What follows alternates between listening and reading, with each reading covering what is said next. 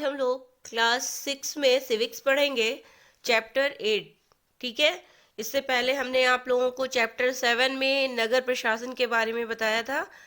आज हम लोग पढ़ेंगे चैप्टर 8 में ग्रामीण क्षेत्र में आजीविका। इस है ना। तो चैप्टर 7 में हमने नगर प्रशासन के बारे में बताया था, वहाँ नगरों के की जीविका के बारे में बताया था।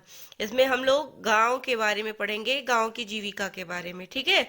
तो चलिए चैप्टर हम लोग शुरू करते हैं। देखिए बच्चों, पहले पार्ट में हमने अपने जीवन में मौजूद अनेक तरह की विभिन्नताओं पर नजर डाली थी। हमने इस पर विचार किया था कि अलग अलग क्षेत्र में रहने से वहाँ के लोगों के काम धंधे पर कैसे असर पड़ता है। यानी अलग अलग क्षेत्र के लोग होते हैं तो उनके कामों पर असर पड़ता है। मान लीजिए आप कहीं और की रहने वाली हैं, फिर कहीं और जाकर के बस जाएंगी अगर, तो आपके व्यवसाय पर भी असर पड़ता है। वहां पर पाए जाने वाले पेड़ पौधे, वहां की फसलें या दूसरी चीजें जिस तरह उनके लिए महत्वपूर्ण हो जाती है। तो इस पार्ट में हम क्या पढ़ना चाहेंगे, हम यही जानेंगे कि गांव में लोग किन विभिन्न तरीकों से अपनी आजीविका चलाते हैं। पहले दो पाठों की तरह यहाँ भी हम इसमें इनकी जो है इनकी पड़ताल करेंगे, यानी जांच पड़ताल करेंगे और लोगों के पास आजीविका चलाने के समान अवसर उपलब्ध है या नहीं, इसका हम लोग पता करेंगे।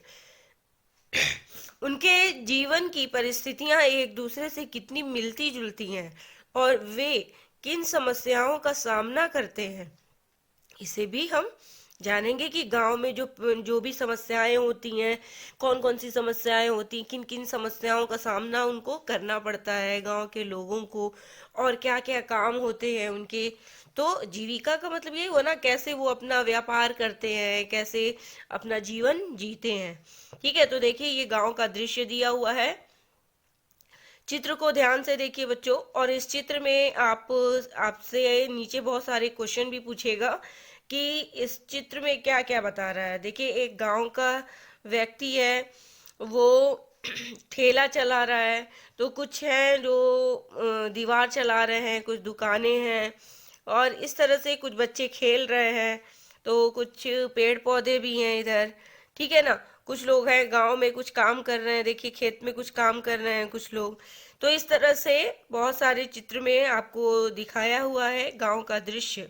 और फिर देखिए एक साइड में दिखाया है प्राकृतिक दृश्य है, उसमें कुछ जैसे नदियां बह रही हैं, तो उसमें नाव लोग चला रहे हैं। तो इस तरह का भी आपको चित्र में दिखाया है। तो इसमें देखिए आप प्रश्न पूछ रहा है कि ऊपर दी गई तस्वीरों में लोग जो काम करते हुए दिखाई दे रहे हैं उन कामों का वर्णन कीजिए। तो कौन से लोग हैं, कौन कौन सा काम कर रहे हैं। तो कोई नाव चला रहा है, कोई ठेला चला रहा है, यही सारे काम है ना। खेती से जुड़े कामों को अलग कीजिए और जो काम खेती से जुड़े नहीं है उनकी एक सूची बनाइए। तो इस तरह से आप लोग को देखना भी है कि गांव में कौन सा काम किया जाता है, खेत से संबंधित कौन से काम किए जाते हैं। तो इस तरह से आप लोग अलग अलग सूची बना करके लिखिएगा। कलपट्टू गांव तमिलनाडु में समुद्र तट के पास एक गांव है कलपट्टू नाम का। तो कहाँ पर है वो गांव, तमिलनाडु में। कहाँ पर, तमिलनाडु में है और समुद्र के पास है। तो यहाँ लोग कई तरह के काम करते हैं। दूसरे गांव की तरह यहाँ भी खेती के अलावा कई काम होते हैं, जैसे टोकरी बनाना, बर्तन बनाना, घड़े बनाने, ईंट तैयार करना, बैलगाड़ी इत्यादि, ये सारी चीजें बनाना। कलपट्टू में कुछ लोग नर्स, शिक्षक, धोबी, बुनकर, नाई, साइकिल ठीक करने वाले और बहुत सारे लोहार के रूप में लोग सेवाएं लेते हैं। यानी बहुत सारे शिक्षक लोग हैं, बहुत से धोबी हैं। तो विभिन्न प्रकार के व्यवसाय करने वाले लोग भी उस गांव में हैं। कुछ दुकानदार और व्यापारी भी हैं जो उनकी क्या है, मुख्य गली है और बाजार की तरफ दिखती है। तो ये एक तरीका बता रहा है कि किस साइड में क्या है, दुकानें हैं और गली बनाई गई है, उसमें दुकानें बनाई गई हैं। तो छोटी सी दुकान है, वहाँ पर चाय, सब्जी और कपड़े की दुकानें, दो दुकानें बीज बीज और खाद की है। तो अलग अलग छोटी छोटी दुकानें हैं। कुछ छोटी सी दुकान चाय की है, वहाँ पर लोग चाय पीते हैं। और उसके बाद कहीं सब्जी बेची जाती है, कहीं कपड़े की दुकानें हैं। तो इस तरह से छोटी छोटी उस गांव में दुकानें भी हैं, जो छोटा सा बाजार लगता है। और साथ ही साथ उन दुकानों के बीच कुछ दो दुकानें ऐसी हैं जिसमें बीज और खाद भी मिलता है। तो चार दुकानें चाय की हैं और टिफिन भी मिलता है, वहां पर टिफिन भी मिलता है। यहाँ पर देखिए बच्चों, टिफिन का मतलब है खाने पीने की हल्की फुल्की चीज़ों से, ठीक है। तो जैसे वहाँ पर उस गांव में क्या होता था कि कुछ चीज़ें खाने पीने की भी मिलती थी। जैसे सुबह इडली, डोसा, उपमा, और शाम के नाश्ते में बड़ा मिलता था, बोंडा और मैसूर पाक। ये सब खाने की डिश हैं, वो सारी चीज़ें मिलती थीं। चाय की दुकानों के पास एक कोने में एक लोहार का परिवार रहता था। उसके घर में ही लोहे की चीजें बनाने का काम होता था। तो इस तरह से लोग अपना व्यवसाय करते थे। बगल में साइकिल की मरम्मत की एक दुकान थी, और वहाँ साइकिल किराए पर भी मिलती थी। जो जाता था वो किराए पर साइकिल लेकर जाता था। गांव में दो परिवार कपड़े धोकर अपनी आजीविका चलाते हैं। कुछ लोग पास के शहर में जा कर के मकान बनाने और लॉरी चलाने का काम करते हैं। तो इस तरह से देखा बच्चों आप लोगों ने कि जो गांव के लोग हैं वो कैसे कैसे अपनी जीविका चलाने के लिए अपना काम करते हैं। गांव छोटी छोटी पहाड़ियों से घिरा हुआ है, और सिंचित सिंचित जमीन पर मुख्यतः धान की खेती होती है। ज्यादातर परिवार खेती के द्वारा अपनी आजीविका कमा लेते हैं। यहाँ आम और नारियल के काफी बाग हैं। तो ये बच्चों, ये कहाँ की बात कर रहा है? ये तमिलनाडु की बात कर रहा है, ठीक है। तो तमिलनाडु के कलपट्टू जो गांव है, उस गांव की बात कर रहा है कि वहाँ वहाँ पर क्या क्या चीजें उपलब्ध होती हैं और किसके माध्यम से लोग अपनी आजीविका चलाते हैं। तो कपास, गन्ना और केला भी वहाँ पर उगाया जाता है। आइए कुछ लोगों से मिलें जो कलपट्टू के खेतों में काम करते हैं, और देखें कि हम उनकी आजीविका के बारे में क्या सीख सकते हैं। तो देखिए बच्चों, ये चित्र के माध्यम से आप लोगों को दिखाया है कि ये लोग अपनी आजीविका चलाने के लिए खेतों में काम कर रहे हैं, है ना। तो इसमें सबसे पहले हम लोग किसको पढ़ेंगे? तुलसी के बारे में। तो हम लोग तुलसी के पास आए हैं और तुलसी से पूछते हैं कि तुम यहाँ पर मतलब कैसे जीविका चलाते हो। तो तुलसी का जवाब सुनिएगा कि हम सब यहाँ रामलिंगन की ज़मीन पर काम करते हैं। एक मालिक है रामलिंगन लिंगम, तो उसकी ज़मीन पर हम लोग काम करते हैं। और उसके परिवार के पास कलपट्टू में 20 एकड़ धान के खेत हैं। तो शादी से पहले भी मैं मायके में धान के खेतों में ही मजदूरी करती थी, और यहाँ मैं सुबह 8:30 बजे से 4:30 बजे तक काम करती हूँ। रामलिंगम की पत्नी थम्मा काम की निगरानी करती है। यानी कि जो रामलिंगन जो मालिक रहता है, उसकी बीबी, वो निगरानी करती है काम की। साल में कुछ ही मौके ऐसे होते हैं जब मुझे नियमित रूप से मजदूरी मिलती है, ठीक है। ये उन मौकों में से एक है। मैं धान रोप रही हूँ। जब धान की फसल थोड़ी बढ़ जाएगी तो रामलिंगम हमें निराई के लिए और बाद में कटाई के लिए बुलाएगा। तो इस तरह से जब ज़रूरत पड़ती है तब ये मालिक बुलाता है, जब उसका ज़रूरत आता है तब, यानी खेत में जब लोगों की ज़रूरत पड़ती है तब उसको बुलाया जाता है। जब मैं कम उम्र की थी तो निराई कटाई का काम आसानी से कर लेती थी, लेकिन अब जैसे जैसे उम्र हो रही है मुझे झुक कर काम करने और देर तक पानी में पैर डुबोए रहने से तकलीफ होती है। रामलिंगम एक दिन का 40 रुपए मजदूरी देता है। मेरे गांव में मजदूरी की रेट से ये थोड़ा कम है, फिर भी मैं मजदूरी के लिए यहीं आती हूँ। रामलिंगम पर मुझे भरोसा है कि काम होने पर वह मुझे ही बुलाएगा और बाकी लोगों की तरह वो आस पास पड़ोस के गांव में सस्ते मजदूर ढूंढने नहीं जाता। देखिए बच्चों, आगे हम लोग पढ़ेंगे कि मेरा पति रमन भी एक मजदूर है। यानी कि वो जो तुलसी कहती है कि मैं रामलिंगन से बात करती है और कहती है कि मेरा पति जो है वो भी एक प्रकार का मजदूर है और हमारे पास कोई ज़मीन नहीं है। साल के इन महीनों में वो खेतों में कीड़ों की दवाई छिड़कता है और जब खेतों में कोई काम नहीं मिलता तो उसे पास की खान से पत्थर या नदी से बालू ढोने का काम मिल जाता है। तो इस तरह से उसका काम मिल जाता है। जैसे जब खेतों में कोई काम नहीं होता है तो क्या करता है वो कि पास की खान से पत्थर या नदी से बालू निकालने का काम उसको मिल जाता है। ये पत्थर और बालू पास के शहरों में मकान बनाने के लिए ट्रक से ले जाए जाते हैं और खेत में काम करने के अलावा मैं घर का सारा काम करती हूँ। मैं घर में सबके लिए खाना बनाती हूँ, कपड़े धोती हूँ, सफाई करती हूँ और दूसरी औरत के साथ जाकर जंगल से लकड़ी भी लाती हूँ। तो गांव से करीब 1 किलोमीटर दूर बोरवेल है जहाँ से पानी लेकर आती हूँ। मेरा पति घर का सामान जैसे साग सब्जी खरीदने में मेरी मदद करता है। तो बच्चों, इस तरह से उसने अपने बारे में पूरा बताया कि मैं कैसे कैसे व्यवसाय करती हूँ, कैसे घर का काम करती हूँ, है ना।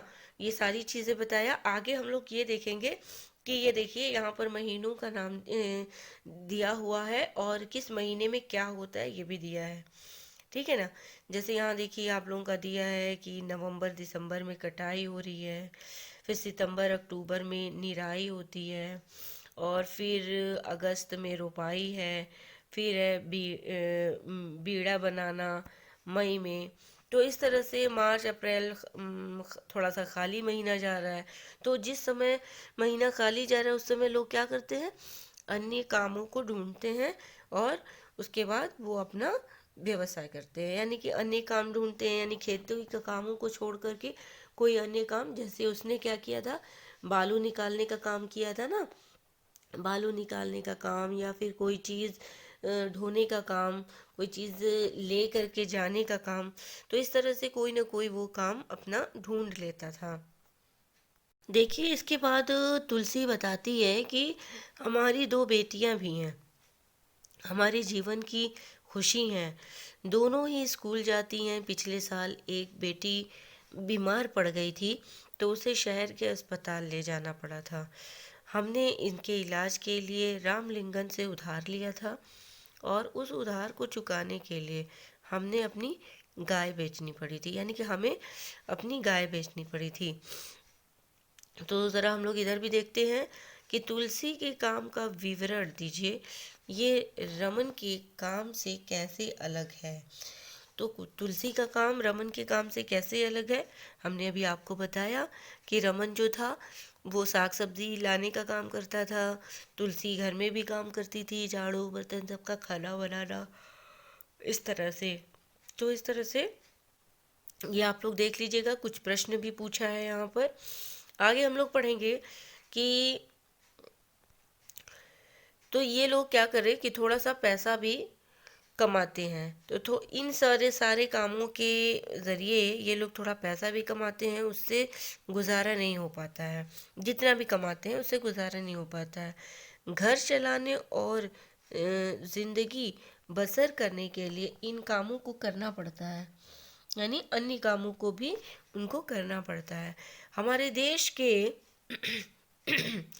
ग्रामीण परिवार में से करीब 40% खेतिहर मजदूर हैं। कुछ के पास ज़मीन के छोटे छोटे टुकड़े हैं, बाकी तुलसी की तरह भूमिहीन है। क्योंकि तुलसी क्या थी, भूमिहीन थी, उसके पास जमीन नहीं था, वो रामलिंगन की जमीन पर खेती करती थी, है ना। कई बार जब पूरे साल उन्हें काम नहीं मिल पाता तो मजबूरन काम की खोज में उन्हें दूर दराज के इलाकों में जाना पड़ता है। इस तरह से वो लोग पलायन करते हैं और कुछ विशेष मौसम में ही होता है। मतलब ये काम जब उनके पास कोई काम नहीं होता है तो वो अपना काम ढूंढने के लिए दूसरी जगह पर जाते हैं, और ये कोई विशेष मौसम में ही होता है। अब हम लोग शेखर के बारे में पढ़ेंगे। ये धान अपने घर लेकर जाना है, हमें ये धान अपने घर लेकर जाना है। मेरे परिवार ने अभी अभी फसलों की कटाई पूरी की है, हमारे पास बस 2 एकड़ ज़मीन है। तो शेखर क्या कहता है कि ये हमारे पास ज़मीन है, कम से कम 2 एकड़ की ज़मीन है हमारे पास, और उसी पर खेती होती है।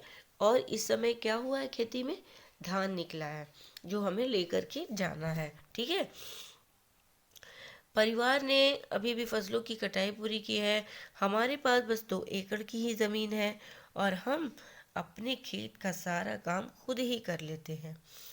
मैं कई बार कटाई के समय दूसरे छोटे किसानों की मदद ले लेता हूँ और बदले में उनके खेतों में कटाई करवा देता हूँ। तो इस तरह से वो एक दूसरे का मदद भी लेता है और मदद करता भी है। व्यापारी मुझे उधार पर बीज और खाद दे देते हैं, इसे चुकाने के लिए मुझे थोड़ा कम दामों पर उनको धान बेचना पड़ता है।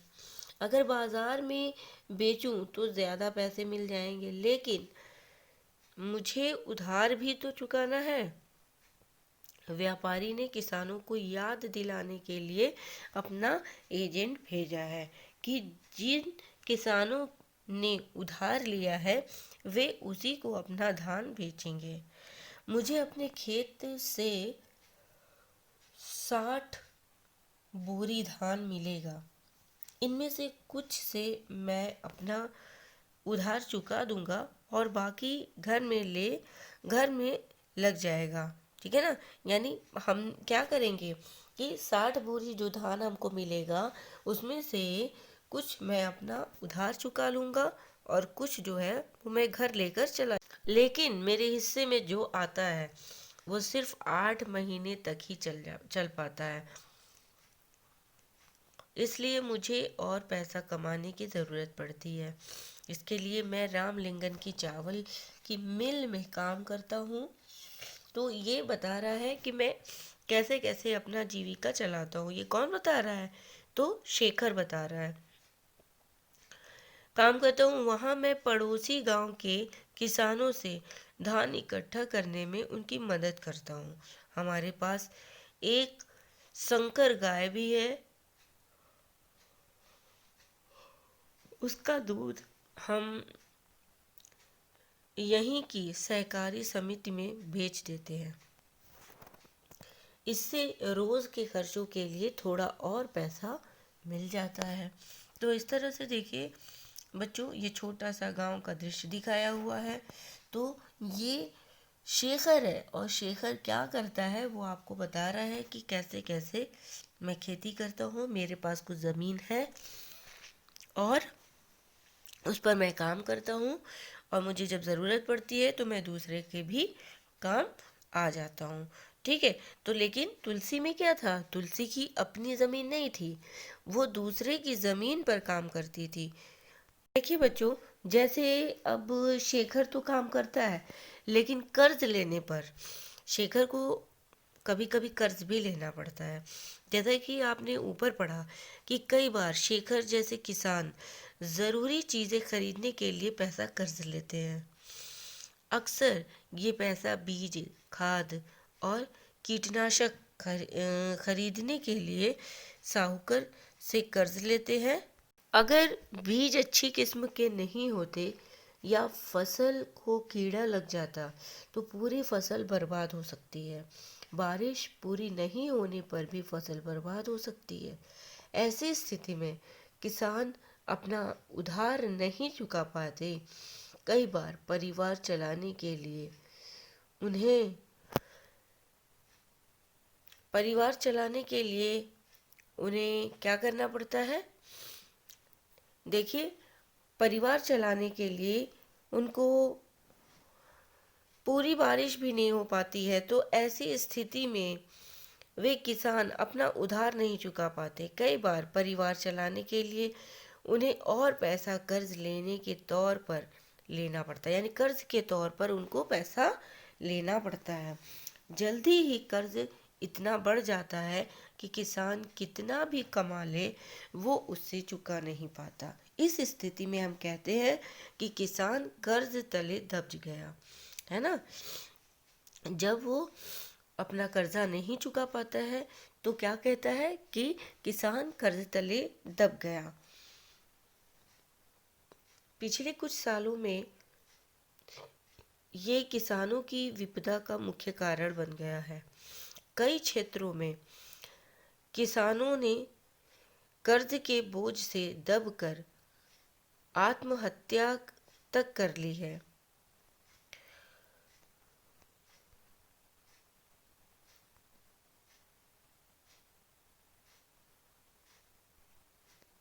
रामलिंगम और करुथम्पा करुथम्मा देखिए, रामलिंगम और करुथम्मा करुथम्मा जो है वो रामलिंगम की बीवी है, यानी उसकी पत्नी है। तो ज़मीन के अलावा रामलिंगम के परिवार के पास एक चावल की मिल है और बीज और कीटनाशक बेचने के लिए एक दुकान है। चावल की मिल में उन्होंने कुछ अपना पैसा लगाया, है ना, और पैसा लगाने के बाद थोड़ा सरकारी बैंक से कर्ज लिया। वे कलपट्टू और आसपास के गांव से ही धान खरीदते हैं, तो मिल का चावल आसपास के शहरों के व्यापारियों को बेचा जाता है, तो इससे अच्छी खासी कमाई हो जाती है। तो इस तरह से देखा जाए कि ये जो है शेखर है तो वो अपना थोड़ा बहुत कमा लेता है, ठीक है ना। भारत के खेतिहर मजदूर और किसान, तो भारत के खेतिहर मजदूर और किसान कैसे हैं? कलपट्टू गांव में तुलसी की तरह के खेतिहर मजदूर हैं या शेखर की तरह के छोटे किसान हैं?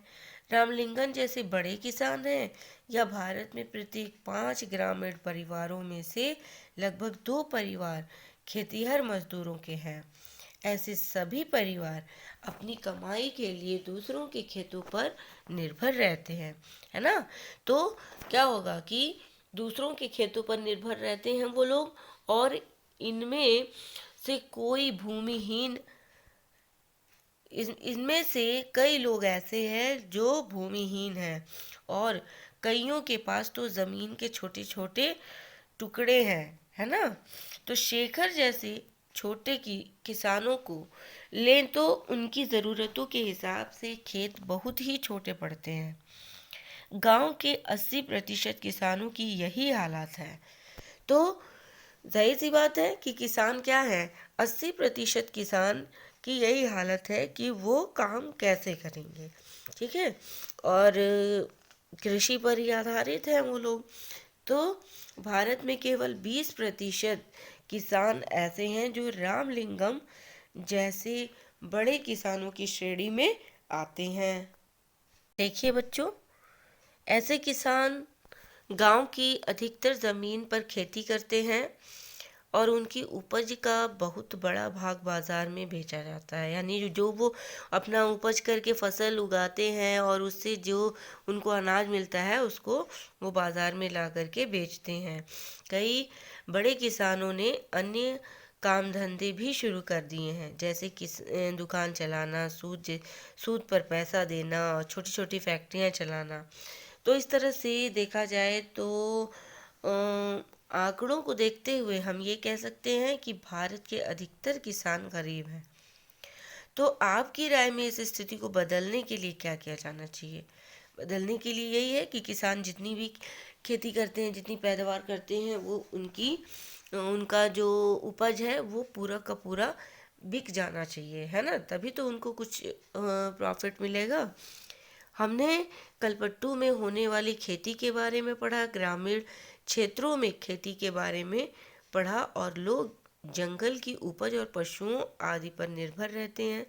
जैसे उदाहरण के लिए मध्य भारत के कुछ गांव में खेती और जंगल की उपज दोनों ही आजीविका के महत्वपूर्ण साधन हैं। तो महुआ बीनने और तेंदू के पत्ते इकट्ठा करने और शहद निकालने और इस तरह के व्यापारियों को बेचने जैसे शहद निकाल कर बेचने जैसे काम आदि आय में मदद करते हैं। और इसी तरह सहकारी समिति को या पास के शहर के लोगों को दूध बेचने भी कई लोगों के लिए आजीविका कमाने का मुख्य साधन हो गया है। तो बच्चों, आप लोगों ने देखा कि किस तरह से महुआ बीनकर और तेंदू के पत्ते इकट्ठा करके या शहद निकालकर जो व्यापारी होते हैं वो बेचते हैं, और इसके साथ ही साथ कि जो पास के शहर के लोग हैं उनको वो दूध बेचने भी जाते हैं। इस तरह से वो अपनी जीविका चलाते हैं। तो समुद्री तटीय इलाकों में हम देखते हैं कि पूरे के पूरे गांव मछली पकड़ने में लगे रहते हैं। तो आइए अरुणा और परिवेलन के जीवन के बारे में पढ़कर मछली पकड़ने वाले एक परिवार के बारे में थोड़ा और जानें। ये परिवार कलपट्टू के पास पुंदुपेट नाम के गांव में रहता है। तो देखिए बच्चों, इस तरह से ये जो है वो अपना काम करता है, व्यवसाय करता है। और इसके बाद हम लोग देखेंगे कि थोड़ा सा इस पर हम लोग भी नज़र डालते हैं, देखते हैं कि नागालैंड की सीढ़ी नुमा खेती, इसके बारे में भी हम लोग थोड़ा सा पढ़ेंगे। ये एक गांव है, ठीक है, और जिसका नाम चिजामी है। चिजामी एक गांव है और ये नागालैंड के फेक जिले में है। जिले का क्या नाम है? फेक। तो इस गांव में रहने वाले लोग चखे संघ समुदाय के हैं और वे सीढ़ी नुमा खेती करते हैं। तो सीढ़ी नुमा खेती का मतलब क्या हुआ कि पहाड़ की ढलान जमीन को छोटे छोटे सपाट टुकड़ों में बांटा जाता है और उस जमीन की सीढ़ियों के रूप में बदल दिया जाता है, और प्रत्येक सपाट टुकड़े के किनारों को ऊपर उठा देते हैं जिससे पानी भरा रह जाए और ये चावल की खेती के लिए सबसे अच्छा हो। तो इस तरह से ये छोटी सी चीज़ें थी। देखिए, चिजामी जो गांव है तो वहाँ के लोगों के पास अपने अपने खेत हैं, लेकिन वे इकट्ठा होकर एक दूसरे के खेतों में भी काम करते हैं। वे 6 से 8 लोगों का एक समूह बनाते हैं और इकट्ठे मिलकर के पहाड़ के एक हिस्से पर आस पास क्या है, घास पतवार साफ करते हैं। तो जब दिन का काम खत्म हो जाता है तो ये लोग क्या करते हैं कि सारा समूह इकट्ठा बैठ करके खाना खाता है, और ऐसा कई दिनों तक चलता रहता है, ठीक है। जब तक काम खत्म नहीं होता तब तक ये चलता रहता है। तो इस तरह से बच्चों हम लोगों ने देखा कि किस तरह से गांव के लोग हैं जो परेशानी से अपनी आजीविका चलाते हैं। देखिए बच्चों, पुदुपेट कलपट्टू से ज़्यादा दूर नहीं है और यहाँ लोग मछली पकड़कर अपनी जीविका चलाते हैं। तो उनके घर समुद्र के पास होते हैं, इस वजह से वो लोग मछली पकड़ते हैं और अपनी आजीविका चलाते हैं। वहाँ चारों ओर जाल और कैटामरैन ये पंक्तियाँ दिखाई देती हैं। यानी कैटामरैन क्या है? मछुआरों की खास तरह की एक छोटी सी नाव है, तो वो दिखाई देती है। सुबह 7 बजे समुद्र किनारे खड़ी महमागहमी रहती है, यानी गह मांग हमी रहती है, यानी बड़ी समुद्र किनारे बड़ी गह मांग हमी रहती है। इस समय सारे कैटामरैन मछलियां पकड़कर लौट जाते हैं और मछली खरीदने और बेचने के लिए बहुत सारी औरतें इकट्ठी हो जाती। तो देखिए बच्चों, आगे है कि मेरा पति, परिवेलन, मेरा गांव, मेरा भाई और जीजा आज बड़ी देर से लौटे। मैं बहुत परेशान हो गई थी। ये हमारे कैटामरैन में इकट्ठे ही समुद्र में जाते हैं। तो उन्होंने बताया कि आज वे तूफान में फंस गए थे, इस वजह से वो बहुत ज़्यादा देर से लौटे। ठीक है, तो आगे क्या हुआ देखिए कि आज जो मछलियाँ पकड़ी गईं उनमें से मैंने परिवार के लिए कुछ मछलियाँ एक तरह उठा कर रख दी, बाकी मैं नीलाम कर दूंगी। इस नीलामी से जो पैसा मुझे मिलता है वो 4 भागों में बट जाता है। 3 हिस्से उन 3 लोगों के में बट जाते हैं और जो मछली पकड़ने जाते हैं, बाकी एक हिस्सा उसे मिलता है जिसके नाव और जाल बगैर होते हैं। तो चूंकि जाल कैटामरैन और उसका इंजन हमारे हैं, तो वो हिस्सा भी हमें मिल जाता है। तो हमने बैंक से उधार लेकर एक इंजन खरीदा जो कैटामरैन में लगा हुआ है। इससे ये लोग बहुत दूर तक जा पाते हैं और ज़्यादा मछलियाँ मिल जाती हैं। ठीक है ना। तो इस तरह से वो लोग जब व्यापार करते हैं तो उनको मछलियाँ ज़्यादा मिलती हैं, है ना। नीलामी में जो औरतें यहाँ से मछलियाँ खरीदती हैं वे टोकरे भर भर कर पास के गांव में बेचने के लिए ले जाती हैं। और कुछ व्यापारी भी हैं जो शहर की दुकानों के लिए मछलियाँ खरीदते हैं। मैं दोपहर 12 बजे तक ही नीलामी का काम निपटा पाती हूँ। तो इस तरह से वो बताती है अपनी बातों को कि किस तरह से मैं व्यस्त रहती हूँ और अपना काम करती हूँ।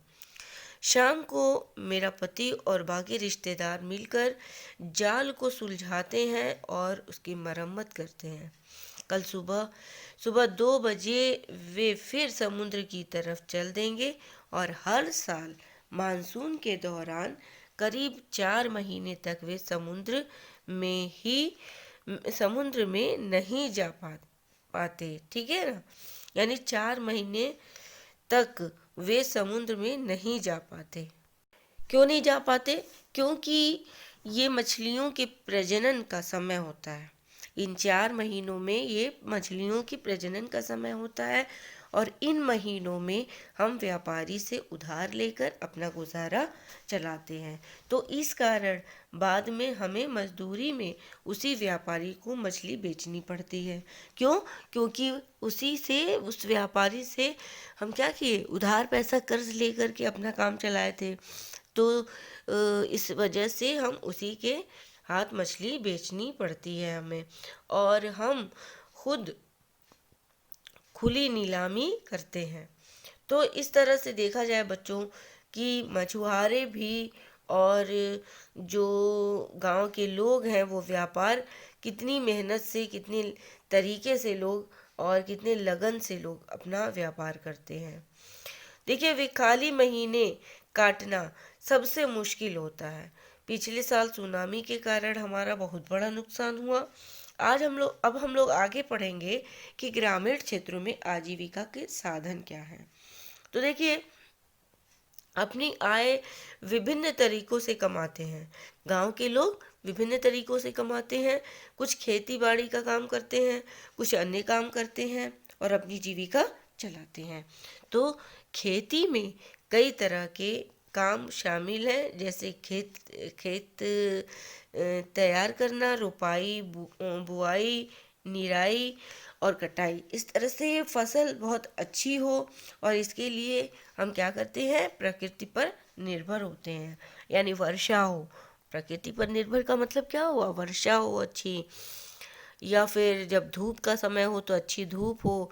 तो इस तरह जीवन ऋतुओं के इर्द गिर्द ही चलता है।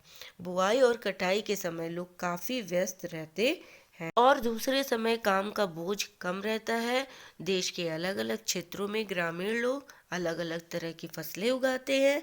फिर क्या करते हैं कि तो ये देखो कि गांव के लोग कैसे कैसे अपना व्यवसाय बढ़ा रहे हैं, अपना व्यापार अन्य व्यापारों से जोड़ रहे हैं। फिर भी हम उनके जीवन की परिस्थितियों में और उनकी समस्याओं में काफ़ी समानताएं पाते हैं। लोग कैसे ज़िंदगी बसर करते हैं, इतना कमा पाते हैं, ये इन बात पर निर्भर करता है कि वे जिस ज़मीन को जोतते हैं वो कैसी है, वो बंजर है या फिर बहुत ही अच्छी फसल वाली है, अच्छी उपज की है, अच्छी उर्वरक की है। तो किस तरह की वो ज़मीन है, इस पर निर्भर करता है। कई लोग उस ज़मीन पर मजदूरों के रूप में निर्भर हैं और ज़्यादातर किसान अपनी ज़रूरतों को पूरा करने और बाज़ार में बेचने के लिए भी फसल उगाते रहते हैं, है ना।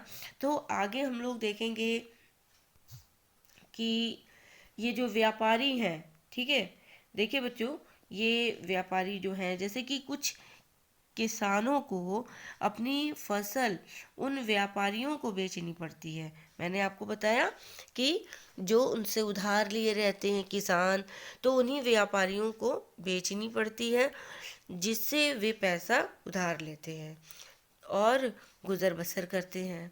तो परिवार को काम की खातिर उधार लेना पड़ता है और फिर तब लेना पड़ता है जब उनके पास कोई काम नहीं रहता।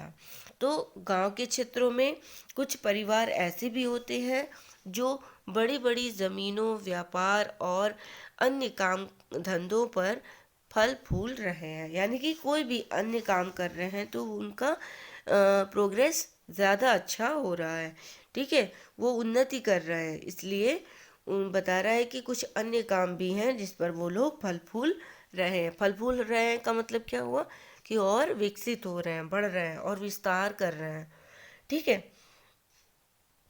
फिर भी ज़्यादातर छोटे किसानों, खेतीहर मजदूर, मछली पकड़ने वाले और परिवारों और गांव के हस्तशिल्प का काम, यानी हाथ से जो बुनाई, सलाई, सिलाई, कढ़ाई, बुनाई का काम जो होता है, काम करने वाले लोगों को पूरे साल रोजगार नहीं मिल पाता। यानी कि हस्त शिल्प कला है, फिर भी लोगों को अच्छी तरह से पूरे साल का जो व्यापार है वो नहीं मिल पाता है। तो बच्चों, ये गांव का पढ़ाई था कि ये गांव के आजीवन की पढ़ाई थी, ठीक है। आजीवन की पढ़ाई का मतलब क्या हुआ कि उनकी आजीविका कैसी थी, ये हम लोगों ने समझा और पढ़ा, ठीक है। देखिए, अब हम लोग अपना अभ्यास शुरू करते हैं। अभ्यास तो इसमें देखते हैं कि कैसा क्वेश्चन आंसर पूछा है। देखिए, आपने संभवतः इस बात पर ध्यान दिया होगा कि कलपट्टू गांव के लोग खेती के अलावा और भी कई काम करते हैं। तो 5 कामों की सूची बनानी है, यानी कौन कौन से वो 5 काम है उसको लिखना है।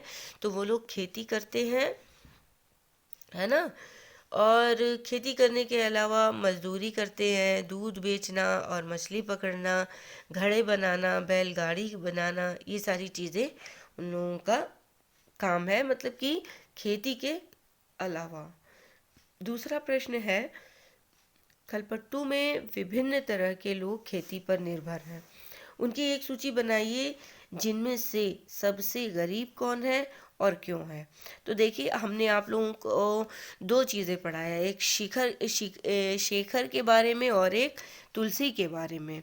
तो शेखर के पास तो ज़मीन थी, है ना, उसके पास ज़मीन थी, वो अपनी ज़मीन बोता था और अच्छे से अपना आजीविका चलाता था। लेकिन तुलसी जो दूसरे के खेतों में काम करके अपनी आजीविका चलाती थी।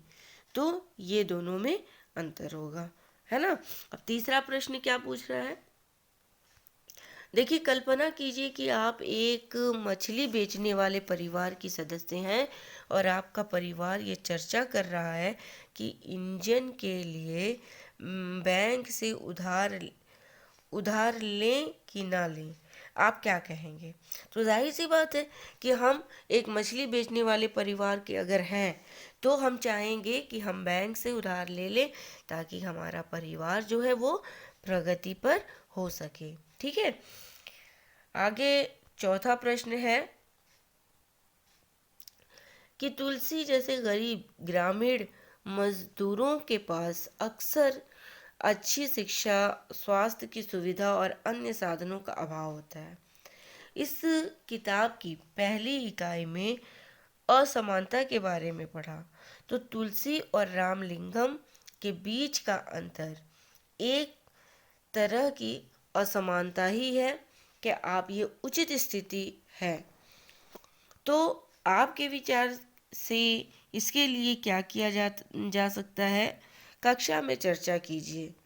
तो देखिए, तो इससे क्या करना चाहिए मेरे विचार से कि सरकार को क्या करना चाहिए, सरकार को एक तरह से कि सरकार द्वारा ये किया जा सकता है कि जैसे जो गरीब परिवार के जो गरीब किसान हैं, ठीक है, तो उनको मजदूरों के लिए रोजगार के अवसर उपलब्ध करा सके।